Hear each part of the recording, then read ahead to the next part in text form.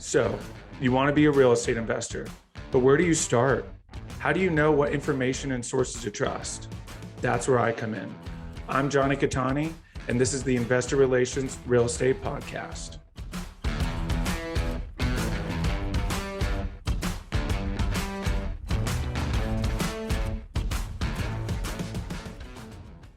Hey guys, real quick, before we start, go to investwithcattani.com and download my free ebook, Is Commercial Real Estate Recession Proof?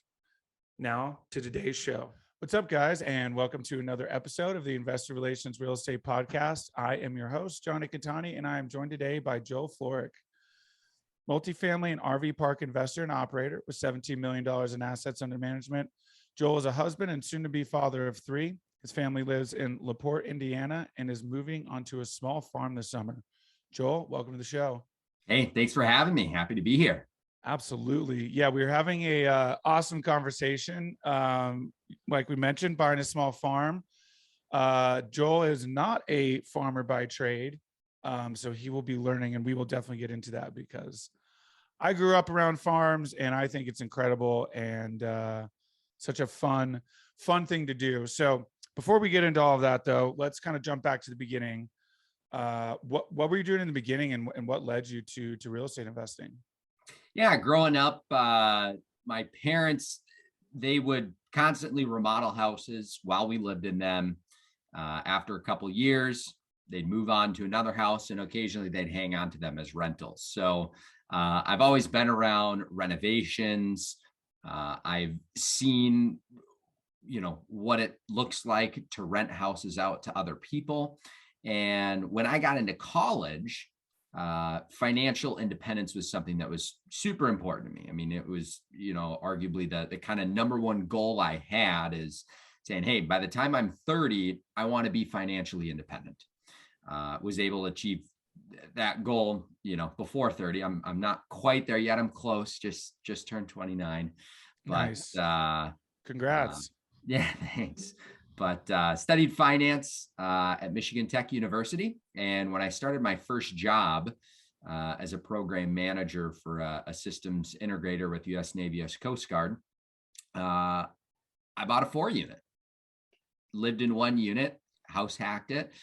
So every night I'd be renovating the other units and trying to make the property better, adding value. And that was how I got started. 10 months later, figured out how to swing a deal to pick up a 16 unit using low money down strategies. It was about $5,000 out of my pocket to buy a $685,000 asset. That was just a tremendous opportunity. And currently the portfolio is sitting at 147 units, as well as about a 220 site campground. That's so awesome. I love that. I love hearing when young people, because when I was 21, I didn't know my butt from my elbow, to keep this PG. So that's awesome. I love that so much. And again, congrats on reaching that goal, even before you said it there for 30. But what you mentioned, and I believe you mentioned this offline, but you have in-house property management.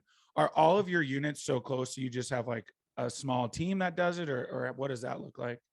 Yeah, so our 147 units in the multifamily are all within about an hour's drive right now. So that works out well from a in-house management standpoint. We got a 15 unit, a 44 unit, a 40 unit, and a 48 unit. Previously, it didn't quite work out that way. I was originally up in Iron Mountain, Michigan, which is about 500 miles from where I am now. I had 23 units up there that I held on to for years, and we managed those from afar. I had a resident manager who helped meet contractors, open up doors, be kind of boots on the ground, and then we would manage a lot of the tenant relations, lease ups, finances, all that kind of stuff from down where we're at. I sold off that portfolio last year. So 2021 was a huge year of shuffling. I sold off more or less all my smaller properties, and did some trading up, and the portfolio today looks a lot different than it did a year ago, which is a wonderful thing. Awesome. I love that. So did you just barely get rid of that first 16 unit that you purchased way back? Yeah. So, like I say, I had those 23 units that I started. So 4, then a 16, and then about a year and a half later, about a 3 unit, all up in that northern town of Iron Mountain. That was back in 2015, 2016, purchased Oh, those. wow. And just sold those assets last fall in October. That's awesome. That's awesome. And so what was the idea behind that in terms of liquidating those? Ultimately, kind of a couple metrics that I like to talk about, your ROE, return on equity. So just saying, hey, based on what market value is likely at for these assets, and factoring in, your costs associated with the transaction, how much are you growing your money? Part of that is cash flow. And generally if you look at your ROE based on solely cash flow, it's usually a pretty pathetic number after a while. And that's not a bad thing, but myself and a lot of my colleagues, we'll look at that and we're like, oh, we're only earning 3% or 5% cash flow off of the equity that we've built in these assets. But the other part of that is looking at how much additional value can I create in these assets, and how long is it going to take me to do it? Because ultimately, every asset that I look at, there's got to be a major value add component. So, if I look at the business plan and I say, hey, there's $500,000 in equity that I believe can be created in this asset over a 5-year period, and at year 3 we've captured 400,000 of that, and there's only 100,000 left, and it's still going to take a couple of years to do that. It's like, well, I've already captured most of the equity. Now might be a good time to transact, give some opportunity to the next owner, and I can move that money into something else. So, I also kind of looked at the market and said, hey, things are really hot right now. It's a good time to be a seller. That does mean it can be tough to be a buyer, though. Now, fortunately, I had a few opportunities kind of in my back pocket that I'd been working on for a year or more. So some off-market transactions. Ultimately, those were able to come to fruition, and was able to efficiently move the capital forward into some really exciting deals that are going tremendously well for us right now. So. Awesome. I love that so much. And it sounds like you mentioned, all in your backyard there, pretty much, relatively speaking, I guess. Yep, exactly. That's awesome. I love that. And do you have partners for this, or are you solo on most of this stuff? It depends on the asset. So, there's assets that I've purchased individually, and then there's assets that I have syndicated. So have, a number, we have probably 20, 30 investors between, the different deals. Many of them are repeat investors. So it depends on, what my capital availability is for myself, how much we need for the deal, and just making sure that we're able to keep each asset healthy from a business standpoint. We want to have proper liquidity, cash reserves, what have you. So I don't ever want to stretch myself too thin and risk all the assets. So it's a great thing to bring in, passive investors and partners into deals to help make sure that you can scale and grow. And we've got some kind of creative structures that definitely make it advantageous for me over the long term, and some of my other partners that have come on from the general partnership standpoint. But everything's, a win-win situation for everybody. Absolutely. I love that. That's such a great strategy. It's important to, I think, when you can be as lean as possible. I don't like to have too many cooks in the kitchen, at least. Just kind of complicates things. And that's awesome too, that you're kind of sitting in that asset size range where, and in a market where there's probably not a ton of competition. So that probably helps as well as it being your backyard, can develop those relationships over a long term, and you're there. So we mentioned in the introduction that you recently purchased an RV park. Mhm. Kind of talk about that. What was the strategy behind that and the goal for that? Yeah, it's for years I have been analyzing a lot of different industries for going out and purchasing a business that, as I like to say, has more levers to pull. Be it ways you can grow the business, adjust the business, scale it, what have you. Multifamilies, it's a pretty simple box. There's only so much that you can do, and I wanted something that would offer some additional opportunities and challenges for growth. I want to be challenged. That's I'm starting to pick that up here. We talked about the farm and how you're not super familiar with farming, but you love a good challenge, and I respect that very much. Yeah. So I love learning new things. And so I've been looking for a new business to get in. And my wife and I have spent a lot of time talking about it. And we went after a number of different opportunities that ended up not panning out. Well, we also love RVing. We've traveled all over the country in our various RVs that we've had. And, through all of that, I've spent quite a bit of time learning about that industry.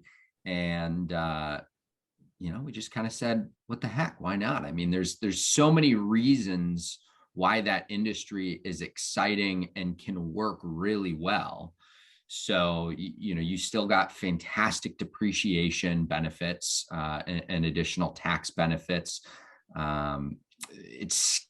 There's, thousands of RV parks all over the country. So it's a business that we can grow infinitely, more or less. I mean, you can grow it in a multi-billion-dollar business. Absolutely. You look at Sun Communities and some of the other big players in the RV industry. I mean, they're massive. So it's a scalable business. There's plenty of tax benefits. It's a real estate play at the end of the day. And with my multifamily background, obviously, I understand the real estate industry pretty well. So there's a lot of familiarity with, how valuations work and what have you. And then it's just fun. People who are your customers who are going to RV parks, they're there to have fun, to create family memories, to enjoy themselves.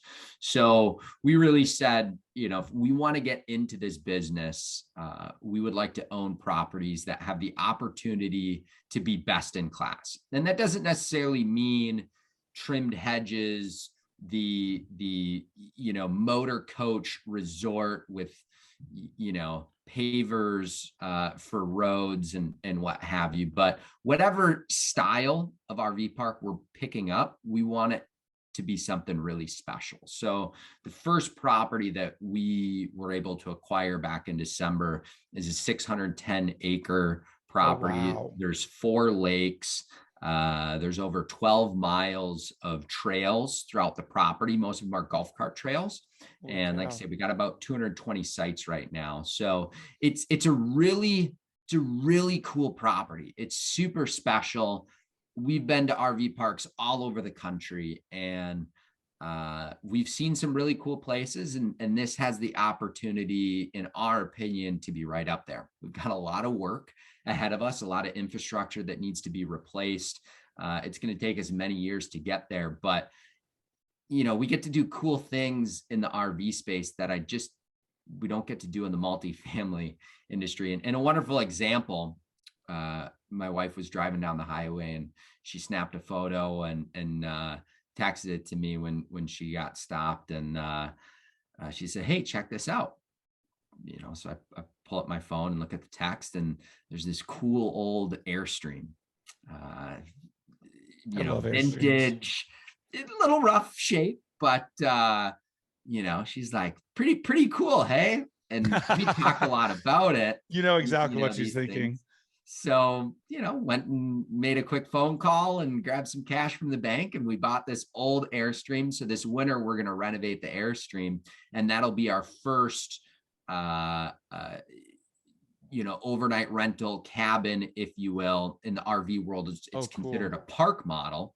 So we don't have to get any changes to our zoning, any local approvals. There's no red tape as long as we stick it on one of our state approved sites. So what we're going to be working towards at this property is building like a little Airstream village in one little corner of the woods. Oh, wow. So, folks that don't have an RV that want to come enjoy our property, we'll have a golf cart for you. You'll have the tricked out Airstream. So you can come stay on the property for a couple $100 a night. You got your golf cart, explore the property, go fishing, go hiking, go swimming on our beaches that we've, recently added to the property. And, pretty cool. Like, that's just a really fun, interesting project. We get to play into the short-term rental space, Airbnb type thing. We get to pour our creativity into it. And oh, by the way, it can be extremely financially lucrative.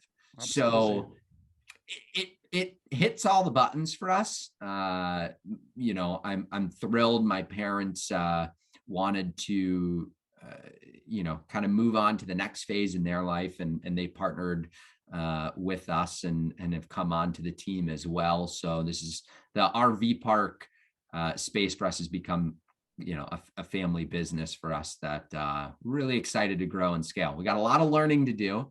But we're a couple months into the season here. So far, so good. And we're excited to keep working on implementing our business plan. And so that'll be fun. So the RV space is, I really look at our business overall.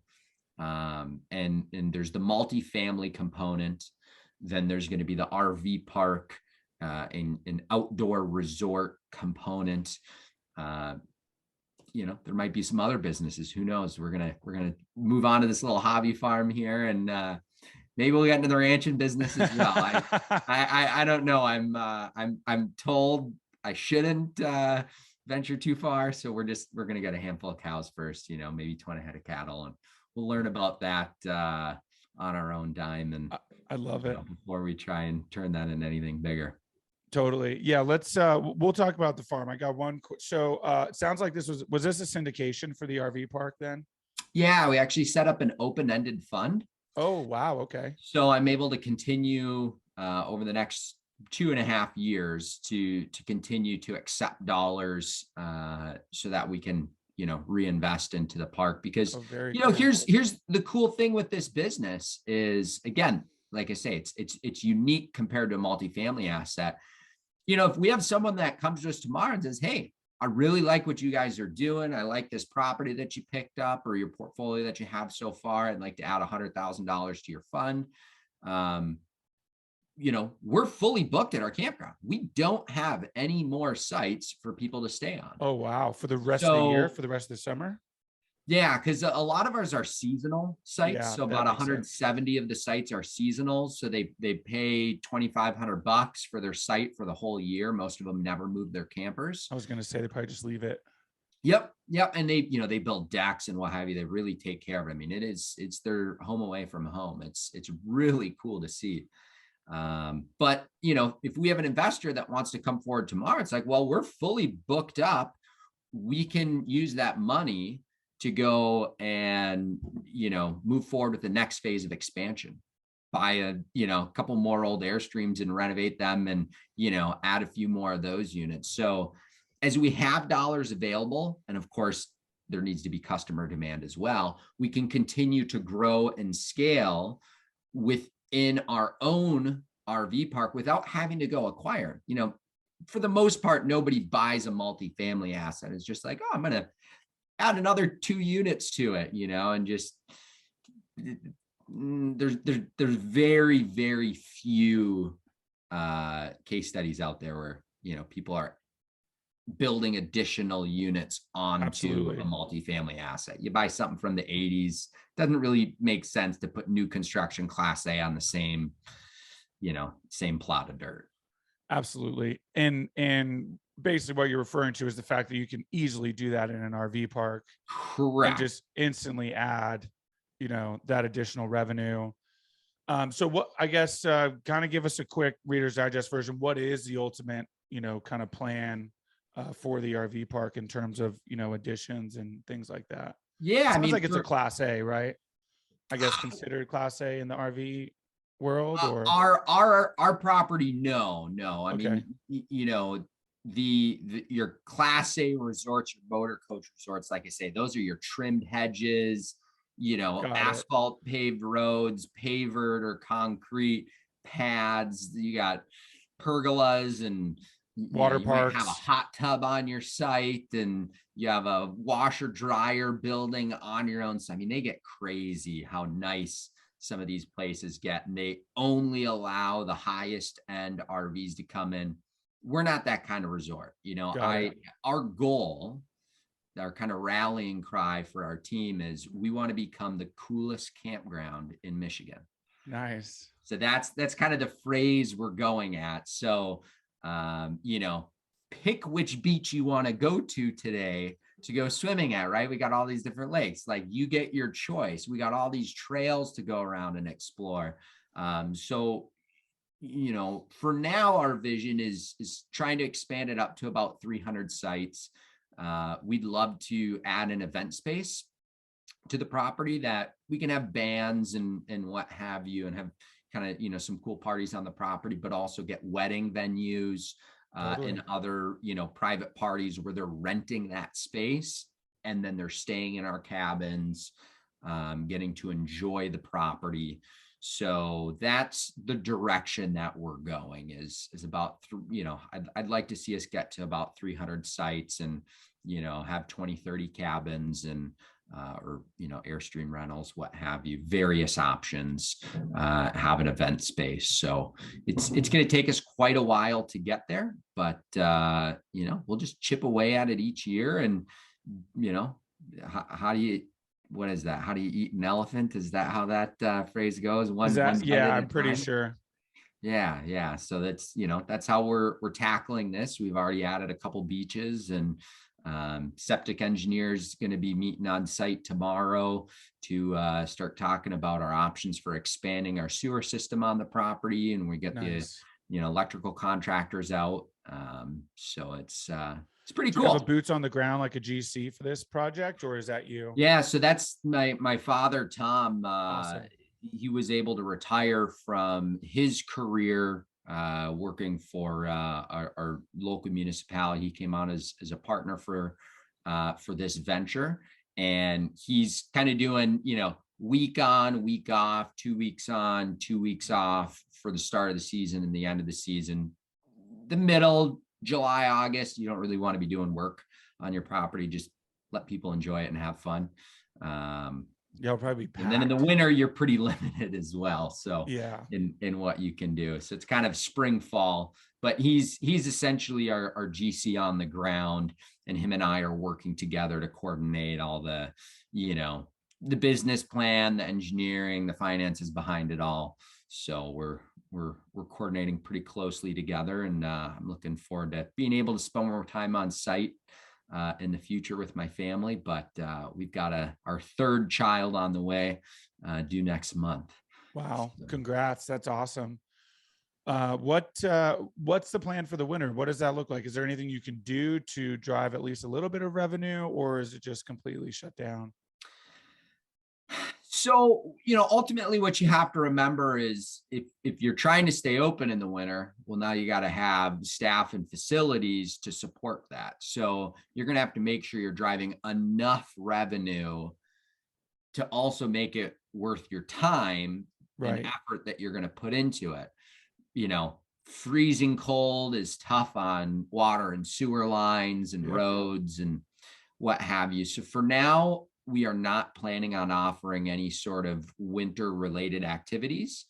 But that's not to say in the future, we may choose to do that. And, you bring up just a perfect example of, hey, that's another level, another, another opportunity. I mean, we thought, how cool would it be to have a pond hockey ice tournament I was just on gonna one of the say, lakes?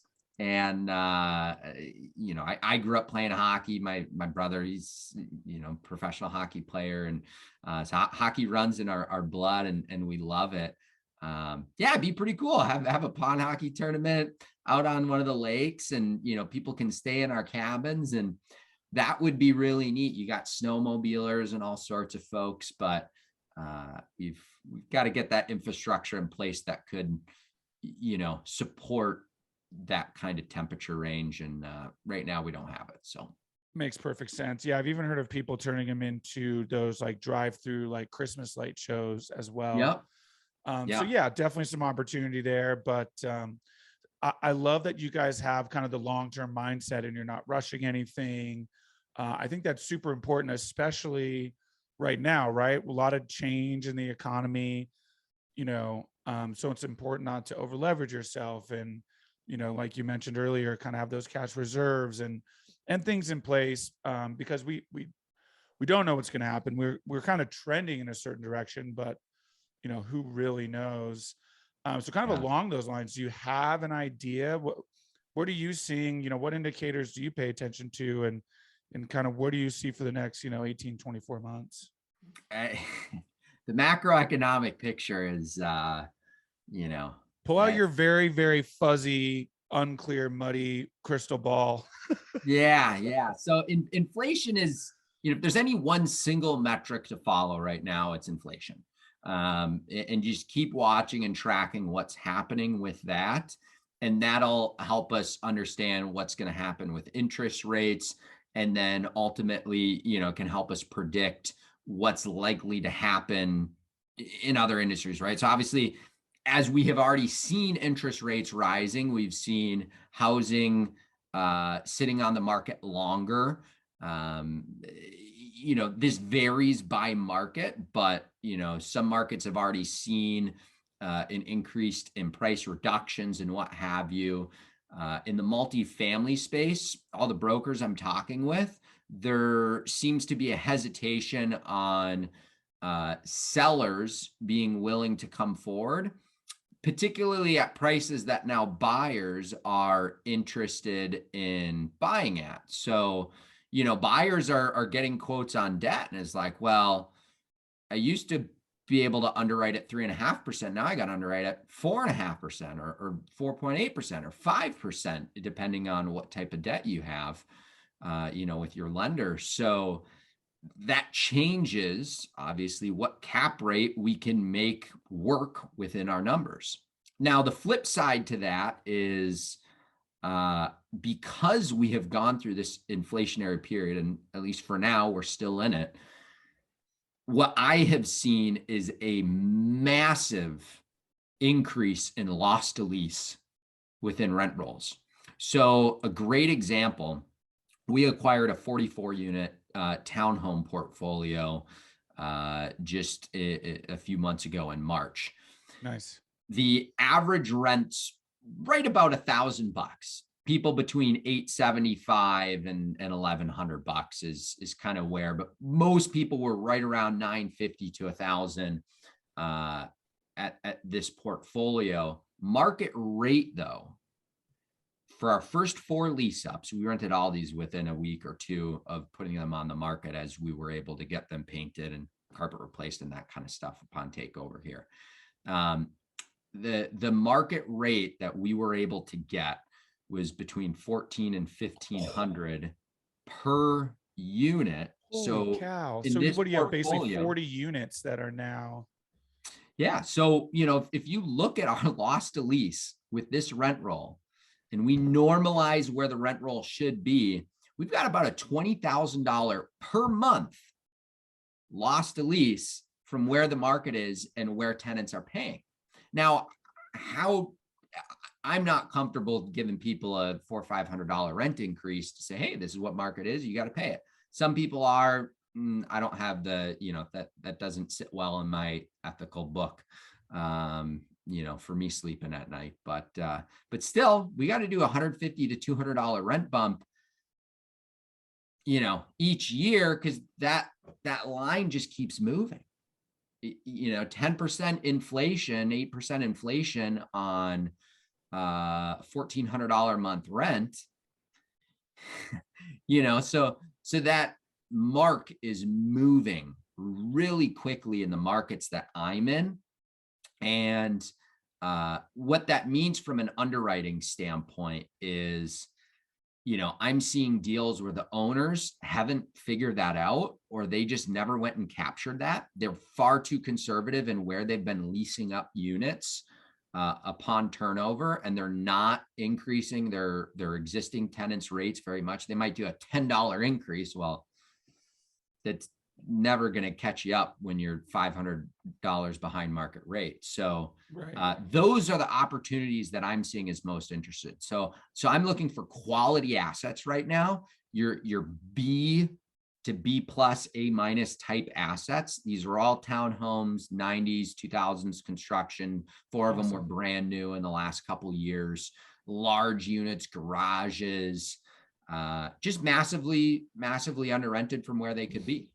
I bought a 48 unit in August of last year, and 80s construction, mostly 2-bedroom, 1-bath units, garden style, 3-story apartment complex. And same thing we found there is, the 1-bedrooms were an average of like high 400s a month, and the 2-bedrooms were an average of like high 500s a month. On lease ups, we've had no issues getting mid $900 to $1,000 per month on our 2-bedrooms, and the 1-bedrooms, no problem in the mid 700s. Now, I owned a 40 unit 30 minutes away in a similar town, and we were already getting those kind of rents. So we knew where the market was, but there was, or where, probably was in that town. But within that town of Niles, there was really no one else who was pushing rents enough to really give us an indication of where the market was. So we're finding, what I'm finding is there are these unique opportunities that aren't proven out, but if you have the local knowledge, there may be a really interesting opportunity. So like say that 48 unit that I bought, we're getting $250, $300 a month increase as is condition when we turn over a unit. Somebody moves out, and we're able to get a huge bump. And on our existing tenants, we're just moving them up $100 a year. And, it'll take us, 3-4 years before they get closer up to where market is. And as we get that natural turnover, we're able to get a really big bump. So that property's going well. The 44 units that we just acquired is doing great. I got another 15 unit townhome portfolio in that town. So portfolio is kicking ass right now. So wow, that's a massive loss to lease. I don't remember the last time I heard of that. And it sounds like these must just be mom and pops. They just aren't mom and pops savvy. But honestly, like I just with a group, we went after a 120 unit deal down in a town south of Indianapolis, still within the Indianapolis MSA. And it was the same thing. It was a townhouse style multifamily property. And they were a good $300-400 a unit under market rate from where they should have been across the board. And there were a lot of other investor groups though that recognized that, and it got very aggressive in the pricing. And, real quickly they ran over the number that, we set as our highest bid. And so I am seeing it still in larger assets, in large MSAs. And it's just the market has moved really quickly. Yeah. So that's a good way to put it. For me, if I'm going to go buy an asset today, knowing that we have a lot of interest rate risk, I want to know that I'm buying a quality asset that I can see that there's a lot of value to create. And most of what I'm seeing isn't necessarily coming from renovations like we used to do. It's just coming from capturing, that inflation that ran across the country. And Totally. Pretty interesting. But I'm also doing a sensitivity analysis saying, well, what happens if I have to, have refinance at 10%? Right. What does my asset look like at that 5-year mark when that debt comes due? Where am I likely to be on my rent roll? Can I afford a 10% interest rate? How does that affect the potential value? Because stuff isn't going to sell at a 4 cap if we're at 10% interest rates. Right. Doesn't. Do you see interest rates going that far, that high? Like I say, inflation is the metric you got to watch. Yeah. So if the Fed is getting aggressive, so I do have faith that they are on the right track to, they're taking the right measures to try and curb inflation, totally. to choke the economy, say businesses stop spending money, let's stop having so many transactions going on, and right. Let's slow things down. Don't buy things with debt. Make people just use cash to buy things, or make it more enticing just to use cash instead of leveraging. So, that's what the Fed is trying to do. The big question is, are they being aggressive enough, or are they being too aggressive? Nobody knows. Right. People can tell you every which way and convince you that they're right. But if I've learned anything from my finance education and all the years of watching all this stuff, is people are just doing the best they can. People make a lot of money to try to figure these things out, like a lot, like PhDs from MIT, Oh yeah. My favorite they thing, still though, can't figure it out. So oh yeah. Just, all you got to do is listen to NPR, Planet Money. They've got some fun episodes where they take these PhD economists and they ask them to predict all of these things. And then a year later, they bring them back and they'll actually tell you, like, well, hey, here's what you said in the last episode. Here's what happened. Right. Why do you think you were right or wrong? Or, what changed? And you listen to a few of those episodes, and you'll lose a lot of faith in the experts real fast. Yeah, I was a stockbroker for a long time. I lost faith in them about 5 years ago. Yeah. Yeah, I mean, you really you can't predict it, right? The important, like you said, there's good mentors to watch. I like watching obviously the 10-year treasury, inflation, different things that can indicate what's coming. And they're starting to kind of go off a little bit here and there. You've seen the market take a dip. Of course, it dipped for a couple months in COVID and then exploded back. So who really knows? Yep. But as if you look at Warren Buffett, everyone loves quoting him, and I've read a bunch of his books, and he's obviously been around a long time. Yeah, seriously. What he talks about is buying indestructible assets. Totally. And you hear Grant Cardone claiming that, and whether all his assets are indestructible, I don't know. I'm not going to go down that road. But yeah, that message is spot on, though, of you should be in any season of the economy. You should always be willing to buy, quote unquote, indestructible assets, quality properties in quality communities, stuff that no matter what happens, it's going to be around. Absolutely. That's why going to be around. And as long as you're being active and managing well and not over leveraging, you're going to be able to weather, you should be able to weather whatever storm comes. But you start playing the C, D properties, and you get in the wrong communities. Totally. And even, going,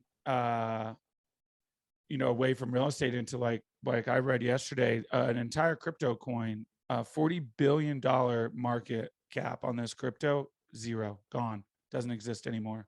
Yeah. And all they did was their big players, they got them out at $1.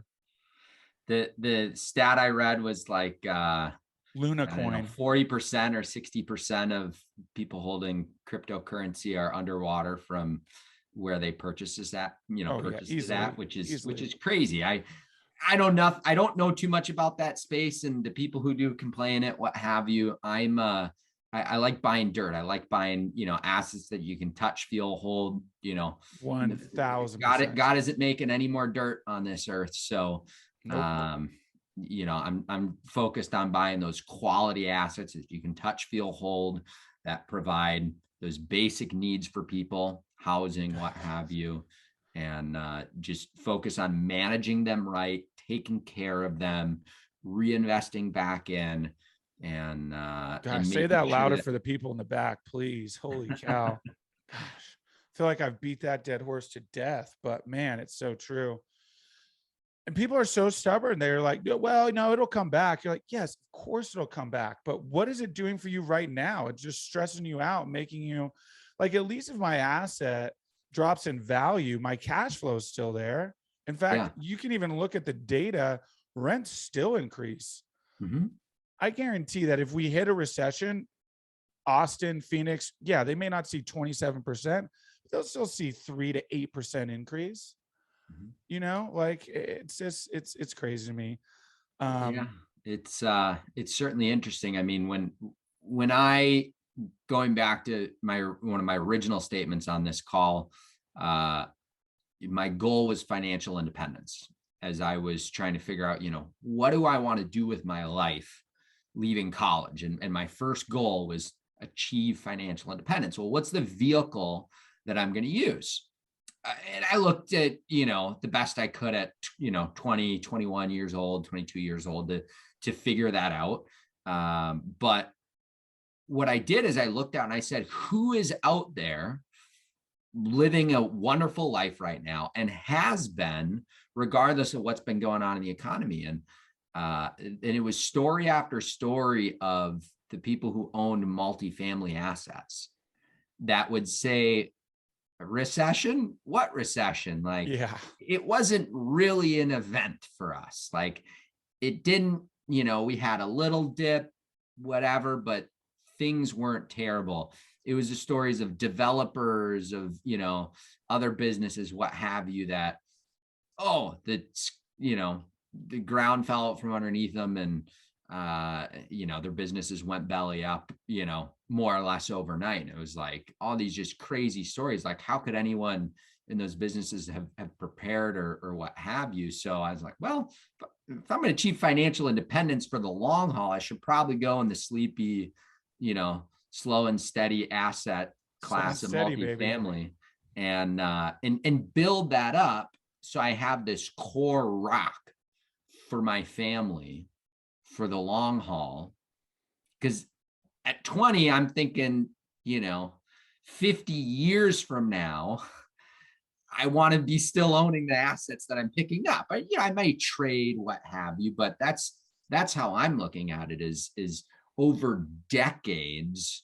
I want to know that I have something that, regardless of what other businesses or things that I go after, that I always have this core business that I can lean on, that I know is going to take care of myself and my family, and my employees, team members, everyone that, all the stakeholders, investors that are getting involved. And I have the confidence that, the right multifamily assets are going to do that.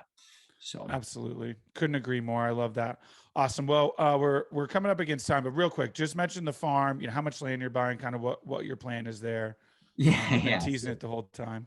Yeah, it'll be fun. A little hobby farm.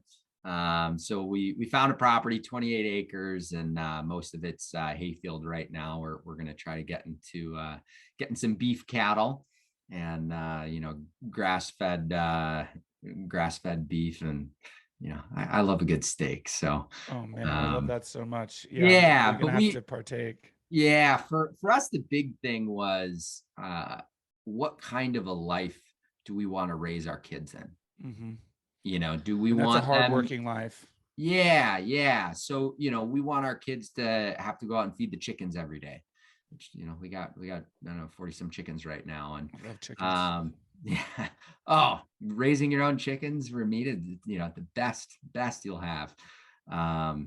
But yeah, that was the big thing for us, is we wanted a little slower paced around the house. We didn't want to feel like we have to get in a car and drive to go do stuff. We want to just have things to do on our own property. I want to have a big wood shop, place to work on the Airstreams, and, Totally.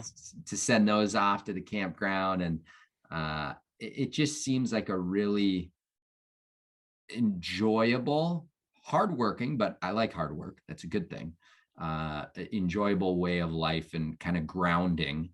And that all the values that we think we're going to get out of it are values that we want to instill in our children. So Awesome. we want to do it now while they're young, and we'll see how it goes. I love that. That's awesome. Like Good with The luck. Economist, Yeah. let's hop on a podcast again here in a year or two and tell me See where you're at.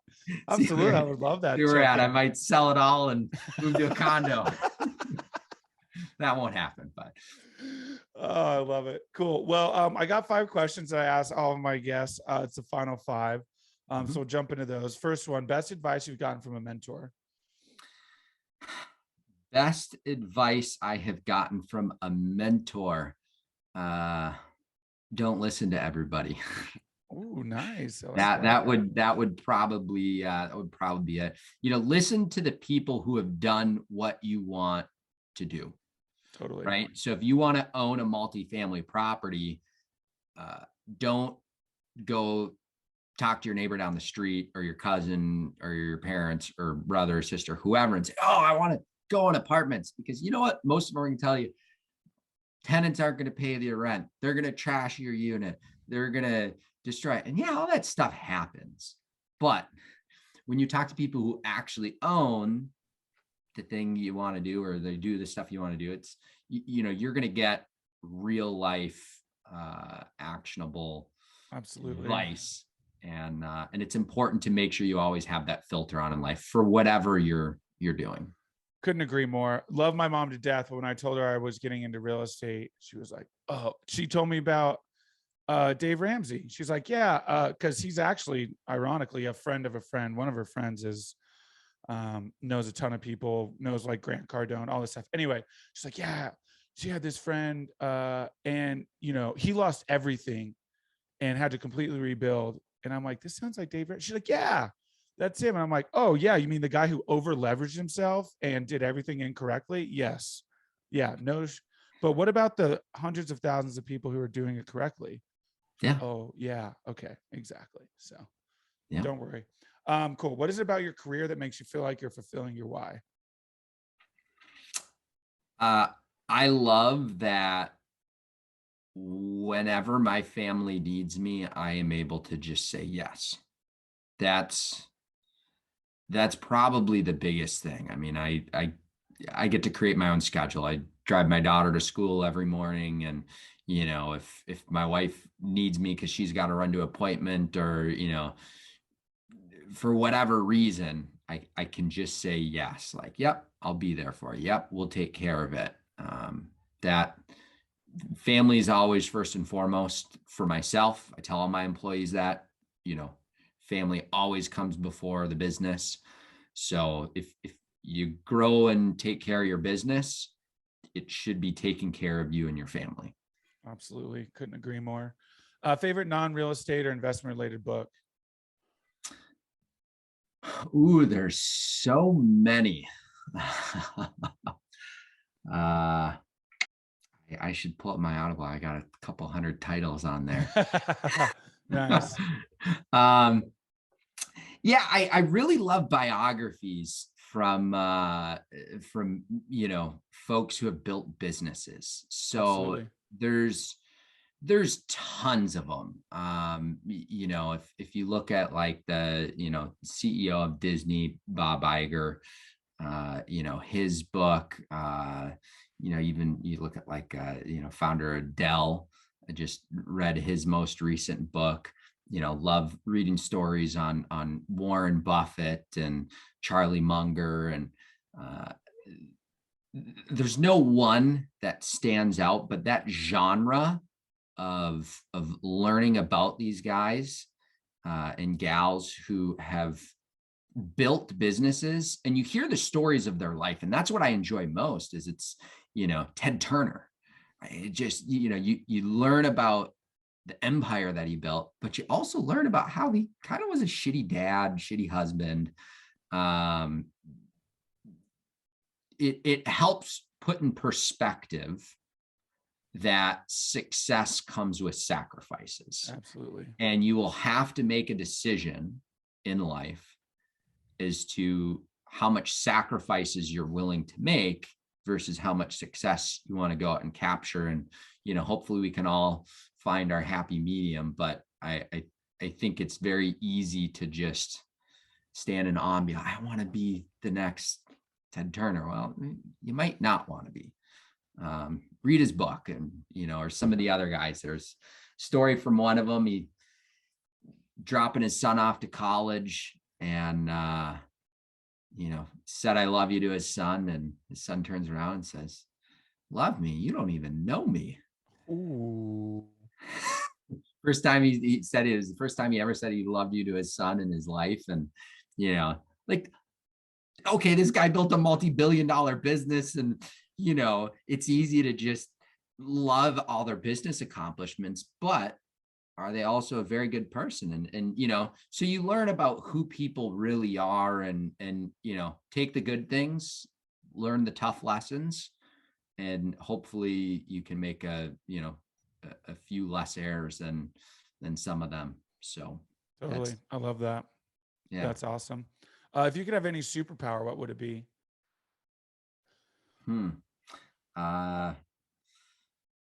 Superpower. Predict the wind. What? Do what? Predict the wind. Oh my gosh. Don't get me started on wind. I love sailing. So that's actually how my wife and I met. Oh, nice. And yeah, it'd be wonderful to be able to predict the wind, and you'd always be able to win the race. Oh man, obviously move that as the analogy for everything in life, but yeah, we just did me and a bunch of friends for my buddy's bachelor party, just did a 5-day river trip on the Green River here in Utah. And one of the days luckily we were already off the water in our campground, but we had a 60-mile-an-hour gust for the next 18 hours, and it was brutal. Wind is the one thing, man. It's the one weather where you're just like, it's almost like Chinese water torture at that point. Just keeps going. Cool. What's the best way for people to get a hold of you and learn more? Yeah. Give me a phone call, 906-458-8356. Shoot me an email, Joel@JFH Capital. Find me on Facebook, Instagram. Would love to connect with folks. Absolutely. Joel, thank you so much for all of your time. This has been amazing. I really appreciate it. Hey, happy to be here. Absolutely. Hey guys, thank you so much for watching today's episode. I hope you really enjoyed it. Listen, I know it's cliche and you hear it all the time, but please don't forget to like and subscribe to the channel so you know when the next video is coming out. Even though this is technically a daily podcast, it's coming out the next day. We have a ton of content coming your way. So please like and subscribe. It helps a ton. Leave comments. Would love to know what you guys think. And we will see you on the next one. Thanks so much.